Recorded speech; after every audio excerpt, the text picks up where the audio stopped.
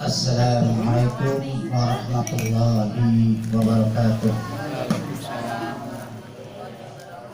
Alhamdulillahi syakirin, asyhadu an la ilaha illallah ilahul awwalin wal akhirin, wa asyhadu anna Muhammadan abduhu wa rasuluhu wa khatamul anbiya wal mursalin.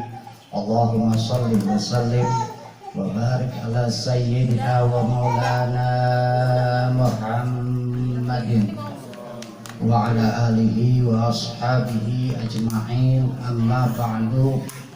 Faya ayyuhal hadirun ittaqullaha haqqa tuqatih wa la tamutunna illa wa antum muslimun. Yang terhormat Sahibul Bait Bapak Danang beserta keluarganya, yang terhormat Ayahanda Bapak Haji Marta beserta anak, cucu dan cicitnya, saudara-saudara, bapak-bapak dan ibu-ibu jamaah arisan bulanan yang mudah-mudahan kita semuanya dimuliakan oleh Allah Subhanahu wa taala. Pada kesempatan sore hari ini alhamdulillah kita masih diberikan nikmat sehat wal afiyah sehingga kita bisa berkumpul, bermuajahah, bertatap muka dalam rangka menyambung tali silaturahim, dan sekaligus kita mengadakan pengajian bersama tiap bulan. Kali ini saya membahas tentang merujuk kepada tafsir Jalalain, ya, karangan Imam Jalaluddin Asyuti dan Jalaluddin Al-Mahali. Di dalam kitab tafsir Jalalain ini tafsir perkata dari makna Quran. Kita mulai dari surat Al-Baqarah, mudah-mudahan nyambung terus nih ya. A'udzubillahi minasyaitonirrajim. Bismillahirrahmanirrahim. Alif Lam Mim.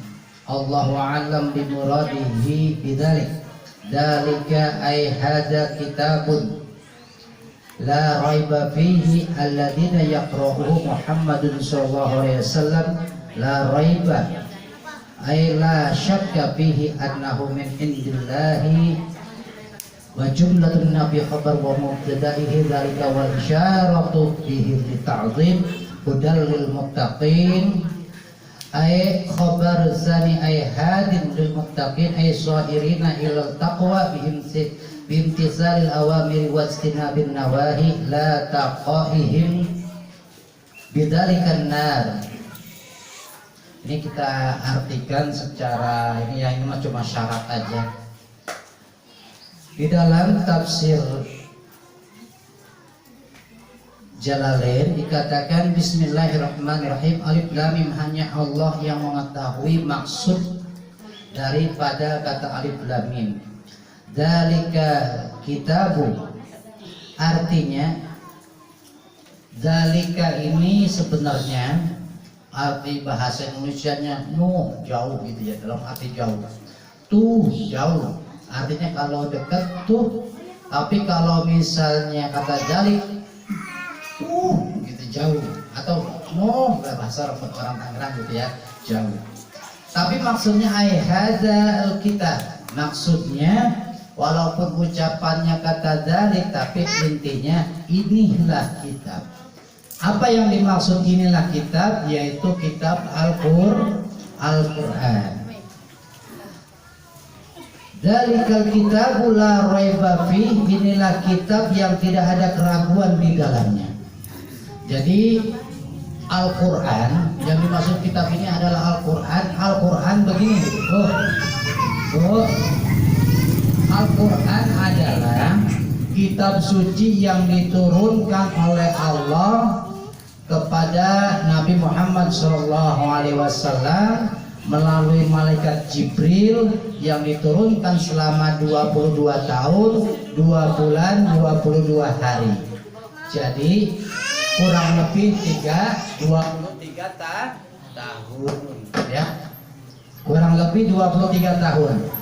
Nah, Al-Qur'an ini kalau orang membacanya dianggap ibadah. Makanya beruntunglah di antara kita orang-orang yang selalu rajin membaca Al-Quran. Siapa orang yang membaca Al-Quran satu huruf, maka dibalas oleh Allah 10 kali lipat setiap hurufnya. Kalau ibu baca surat Fatihah, ibu baca surat Fatihah ada berapa huruf? Hitung kali 10. Itu ganjaran orang yang rajin membaca Al-Quran. Bahkan Allah memberikan jaminan, siapa saja yang rajin membaca Al-Quran setiap hari secara istiqomah, maka oleh Allah Subhanahu wa ta'ala diberikan jalan keluar. Dia sebagai orang yang takwa dimudahkan rezekinya dalam hadis-hadis yang lain. Ibu baca Quran aja tiap hari, nggak usah berdoa. Allah tahu apa yang ada di dalam diri kita tuh, maksud tujuan kita Allah tahu. Maka dengan demikian ya, ibu atau bapak yang rajin membaca Al-Quran ini insya Allah termasuk orang-orang yang dimudahkan oleh Allah di dalam rezekinya.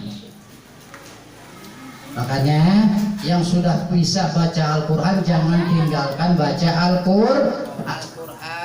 Minimal setiap hari, minimal setiap hari ini kita membaca Al-Quran sebanyak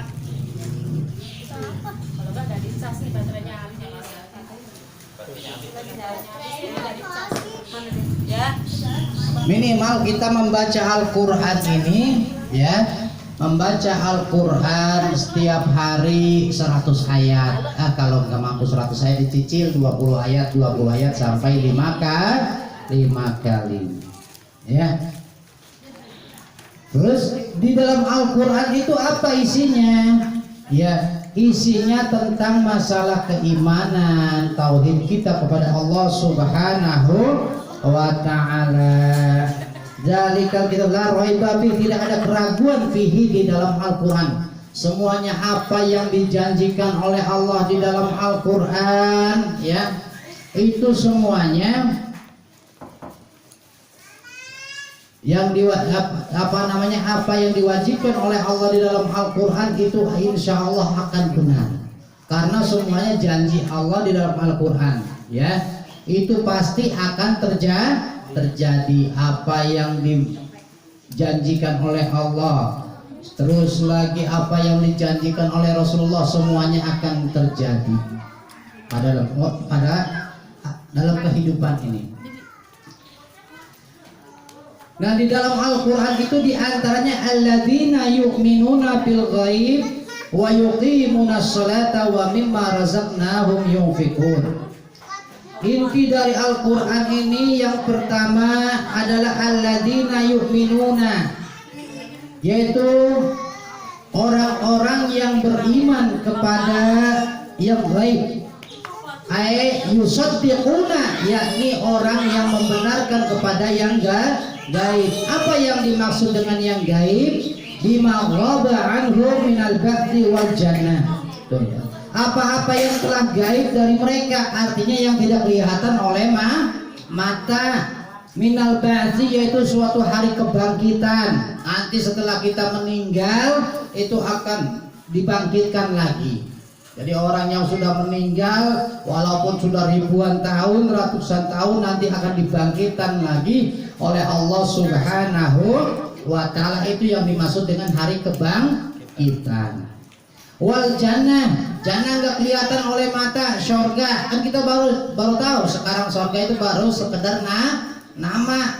Indahnya surga seperti apa itu pun belum tahu. Nanti akan dibuktikan oleh Allah Subhanahu wa ta'ala setelah kita hari kebangkitan, hari kiamat, hari terakhir. Di situ akan kelihatan siapa yang masuk surga, siapa yang masuk neraka. Yang masuk surga yang jelasnya orang yang sudah rajin ibadah, rajin sholat, rajin puasa, rajin zakat, haji dan lain sebagainya. Pokoknya orang yang rajin mengerjakan amal kebaikan, insya Allah akan dibalas dengan surganya Allah Subhanahu wa ta'ala. Sorga kan kalau orang Islam masuk sorga itu sebenarnya harus seharusnya. Tapi kalau ada orang Islam masuk neraka itu suatu mustahil. Karena apa? Setiap kunci Quran, kunci sorga sudah dikasih. Kunci sorga itu apa? La ilaha illallah, miftahul jannah, la ilaha illallah. Orang yang rajin baca la ilaha illallah berarti dia sudah ketemu pintu kunci sorga. Pertanyaan di dalam kubur sudah dikasih apa? Sudah dikasih bocorannya. Man robuka, kalau kata lulus kebangetan. Wa ma nabiyuka, wa ma imamuka, wa ma kiblatuka. Gitu, siapa Tuhanmu, gitu ya. Man robuka, wa ma nabiyuka, siapa nabimu. Pertanyaannya itu rata-rata di pengajian sudah diajarkan. Bahkan Pak Amil kalau mau menguburkan mayat dikasih itu dulu talqin mayat itu. Wa ma kiblatuka, wa ma imamuka, apa kiblatmu, apa imamu, gitu. Wa ma ikhwanuka, siapa saudara-saudara kamu. Itu jawaban-jawaban nanti pada saat kita masuk ke dalam kubur. Nah, kalau kita rajin ngaji, insya Allah kita akan mampu menjawab itu semuanya. Makanya kalau ada orang Islam masuk neraka itu sesuatu yang dianggap bodoh. Karena kunci surga sudah dikasih, bocoran pertanyaan ulangan mau masuk ke surga juga sudah dikasih. Kalau nggak hafal kebangetan. Karena apa? Karena kalau bukan ngaji ini kagak bisa menjawab pertanyaan itu. Man rabbuka, siapa Tuhanmu? Wa ma nabiyuka, siapa nabimu? Itu kalau tidak bisa menjawab, makanya kita harus belajar dari sekarang, biasakan membaca kalimat la ilaha illallah. Habis setiap sholat minimal 165 kali kalau bisa mah. Ya, kalau enggak ya 100. Tapi yang bagusnya sih 165 kali kalau ngikutin para ulama tarekat itu. Tapi kalau kita nggak bisa, ya kumpul itu, kita hitung, baca setiap hari 100 misalnya, dapat 70.000 kali kita baca la ilaha illallah, maka kita akan termasuk orang yang terbebas dari api, dari siksa kubur. 70.000 kali kalau bisa mah, syukur-syukur setiap hari 70.000 kali. Terus wanari di dalam selanjutnya sesuatu yang gaib itu neraka. Neraka juga termasuk hal yang gaib. Kita baru tahu namanya, tapi belum tahu bentuknya neraka seperti apa. Cuma diceritakan di dalam kitab-kitab, ya, bahwasanya api neraka itu dipanaskan oleh Allah beberapa kali lipat panasnya api di dunia. Sudah apinya merah menjadi biru, menjadi hitam, menjadi putih, ya, apinya itu. Dan itu panasnya sampai berlipat-lipat daripada api panasnya api di dunia. Makanya itu seperti kawah gunung Merapi itu panas. Kalau orang kena awan semburan gunung Merapi aja mati gitu ya. Nah, api neraka itu 1000 kali lipat daripada panasnya api di dunia. Makanya ada orang yang baru kembos dari jarak jauh aja mukanya sudah pada copot kalau yang mati neraka. Tapi kalau orang yang Islam, yang sudah rajin sholat, rajin sodako, rajin bersilaturahim, rajin baca Quran, insya Allah akan diselamatkan oleh Allah Subhanahu wa ta'ala. Selanjutnya bapak-bapak dan ibu sekalian, ya, wa yuqimunas sholata, yaitu orang-orang yang mendirikan sholat, dan wa mimma razaqnahum yunfiqun, yaitu dan orang-orang yang kami berikan rezeki kepada mereka dan mereka menginfakkan ke jalan Allah. Yuqimunas sholata itu yatuna biha bihuquqiha, artinya orang-orang yang mendirikan sholat dan hak-haknya sholat. Jadi sholat yang benar diajarkan di pengajian, bagaimana awalnya sholat, ya. dengan niatnya, rukun-rukunnya diakhiri dengan salam. Itu melalui proses pengajian itu kita belajar secara rutin sebenarnya harusnya ya, tentang ya nggak usah ini, yang penting kita hafal bacaannya. Setelah hafal bacaannya, ngerti rukun dan sujudnya, bisa membedakan mana yang wajib, mana yang sunnah. Setelah itu apa? Setelah itu kita amalkan bacaan-bacaan sholatnya. Seperti begini, dia belajar khusyuk, dia belajar khusyuk sholat. Dari awal takbir yang diingat sama Allah, kalau bisa sampai akhir sholat, ya setelah kita baca salam itu harusnya khusyuk tuh. Dari takbir sampai salam itu kita ingat Allah, jangan ingat yang lainnya. Bisa nggak begitu, Bu? Bapak, bisa nggak begitu? Dari mulai kita awal sholat sampai akhir sholat ingat Allah. Tapi kadang-kadang banyaknya begini, kita pada sholat Allahu Akbar, biasanya kita ya takbir. Itu kalau masih ingat selain Allah itu berarti belum khusyuk.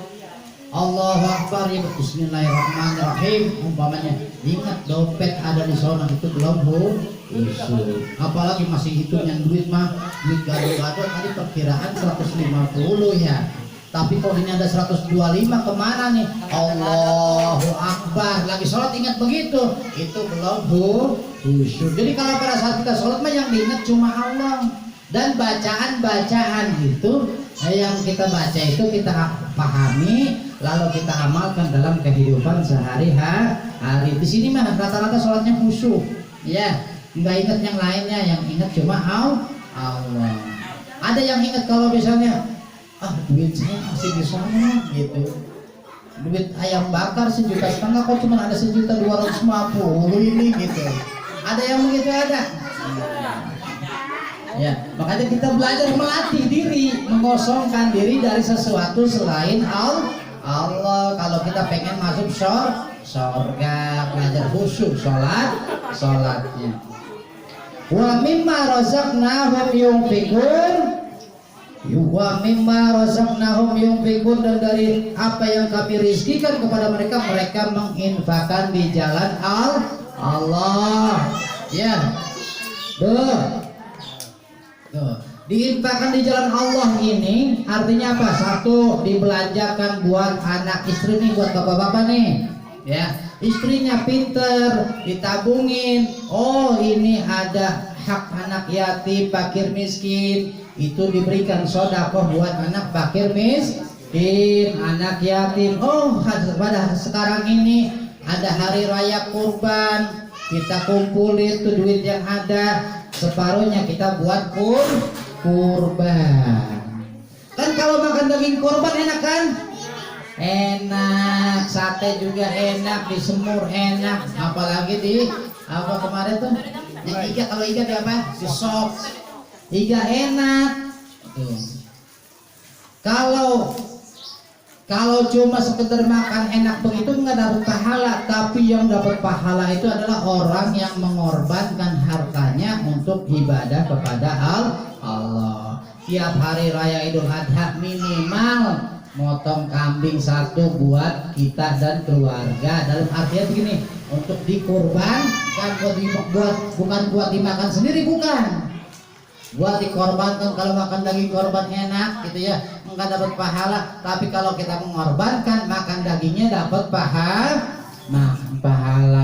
Itu kita belajar kurban tiap tahun sedikit. Jadi makanya insya Allah kalau kita udah orang rajin berkorban, rajin menginfakkan harta di jalan Allah, insya Allah rizkinya akan dimudahkan oleh Allah Subhanahu wa Ta'ala. Jadi kita jangan ngarep-ngarepin daging, pengen dibagi daging korban. Harusnya bagaimana kita berupaya, berusaha untuk menjadi orang yang mengorbankan harta kita karena Allah. Alhamdulillah kemarin ya saya gitu. Alhamdulillah potong sapi sampai 17 punya orang. Kambing istilahnya 37 punya orang juga gitu ya. Ya, artinya punya rame-rame, saya dan jamaah yang mengumpulkan itu.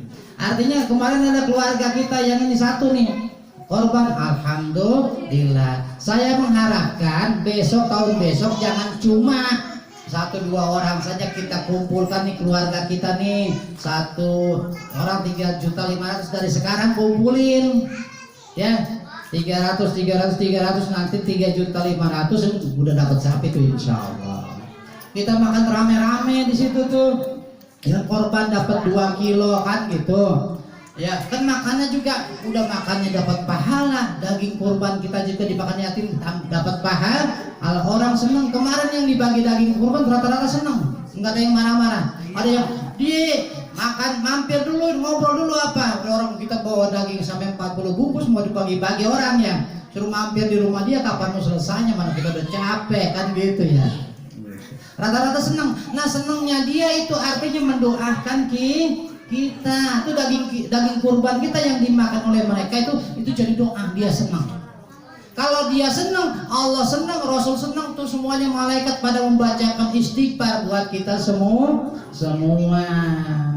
Tuh alangkah hebatnya orang yang menginfakkan hartanya di jalan Allah. Setuju nih kalau lebaran besok, lebaran haji maksudnya ya, kita kumpulin dari sekarang nih buat kurban. Keluarga besar arisan bulanan, mau dipotong di mana kek, tukang potongnya ada, asal dibayar aja gitu. Timnya ada, tukang seselnya ada, tukang tapuknya ada, motong sapi gampang ya gitu. Setuju nggak nih? Keluarga arisan kumpul itu yang mau nabung korban silakan, siapa bendaharanya? Adain, setuju, tinggal daftar Kumu 1, terus Ida, Maulani, Abdullah, kumpulin.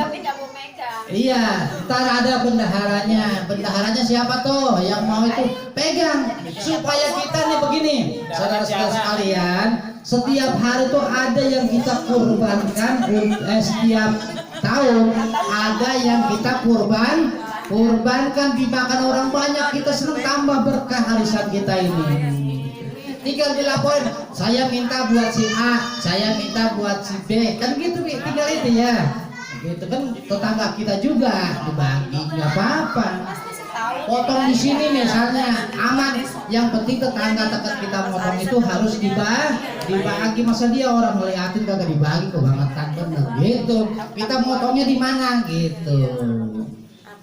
Nanti insya Allah tuh dengan demikian kita banyak menginfakkan harta kita di jalan Allah, Pak, insya Allah nih kita hidupnya berkah makmur. Tuh.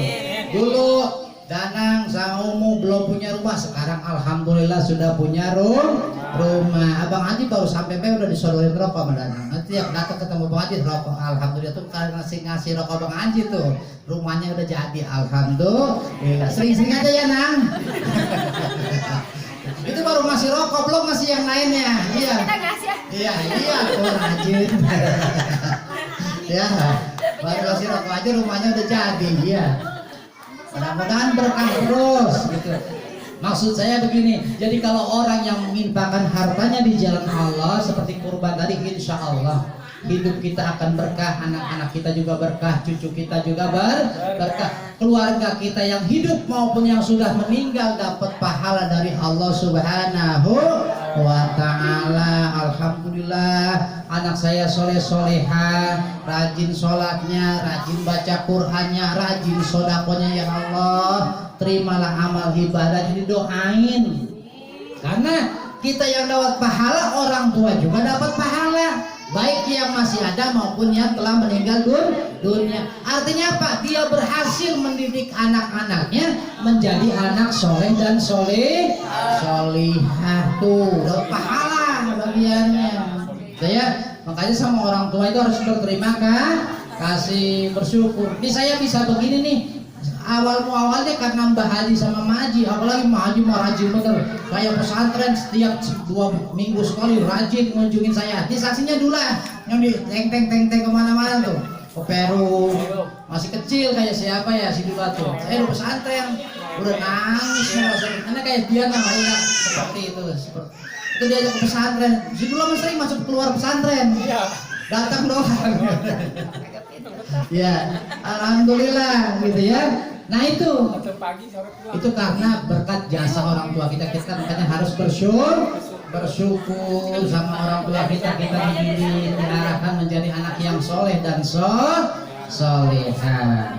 Selanjutnya Bapak Ibu sekalian, ini di dalam ayat ini kita kesimpulannya bahwa di dalam surat Al-Baqarah dalam tafsir Jalalain ini intinya bahwa orang-orang yang beriman kepada Allah, ya, beriman kepada yang gaib, mendirikan sholat, menunaikan zakat, menginfakkan harta di jalan Allah, itu termasuk tanda orang-orang yang beruntung di dunia maupun di akhirat. Kalau beruntung perdagangannya enak enggak? Poida dagang gado-gado untung capek enak enggak? Enak. Walaupun capek enak, senang, senyum aja jam 11 sudah ngitung duit, iya. Enak, padahal capek, bekas ngulang, ya. Orang goyang. Tapi kalau dapat untungnya gede, misalnya modal 100.000, keuntungannya 200.000, kan udah 300.000 itu sama modal. Seneng nggak? Seneng. Gitu. Orang goyang mulu. Iya. Ya, seneng. Kalau sudah berdemikian tuh, tanda orang-orang ahli surga, orang-orang yang beruntung tuh semacam begitu. Walaupun capek tapi seneng. Tapi untung gak untung bersyukur. Bersyukur, alhamdulillah. Tukang ayam bakar, waduh ngipas capek, pegel. Pas begitu ngitung duitnya mah enak, senyum-senyum aja. Aduh dapat kelebihan segini, celeng segini, jembatannya segini. Gitu ya. Celeng tuh. Capek tapi senang. Begitu juga perjalanan hidup kita di dunia gitu. Capek kita sholat itu baca Quran karena itu menyita hawa nafsu kita supaya jangan main-main kan gitu ya.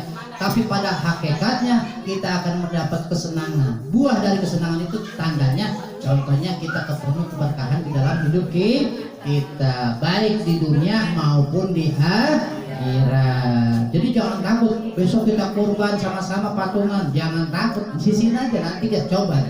Keberkahan hidup itu yang namanya beragama semacam itu, melatih diri kita supaya mengorbankan harta kita di jalan Allah. Kalau kita sudah ikhlas senang, itu akan menjadi hobi kita. Kalau kagak sedekah enak gitu, kalau nggak sedekah. Nah kalau kita udah merasa kalau nggak sedekah itu nggak enak, tandanya kita sebagai orang yang beriman itu apa baik disentuh jadi duit, biasanya begitu. Kangkung diulang-ulang begitu doang jadi duit. Ayam dikipik-kipik begitu doang kemarin jadi duit. Cendol mayan jadi duit semuanya, insya Allah ya. Insya Allah kita akan mendapat keberkahan dunia dan akhirat. Itu saja ya. Kurang lebih 10 menit kayaknya itu, apa lebih? Itu saja yang dapat saya sampaikan. Terima kasih atas segala perhatian. Wallahul muwaffiq ila aqwamit thoriq. Wassalamualaikum warahmatullahi wabarakatuh. Waalaikumsalam warahmatullahi wabarakatuh.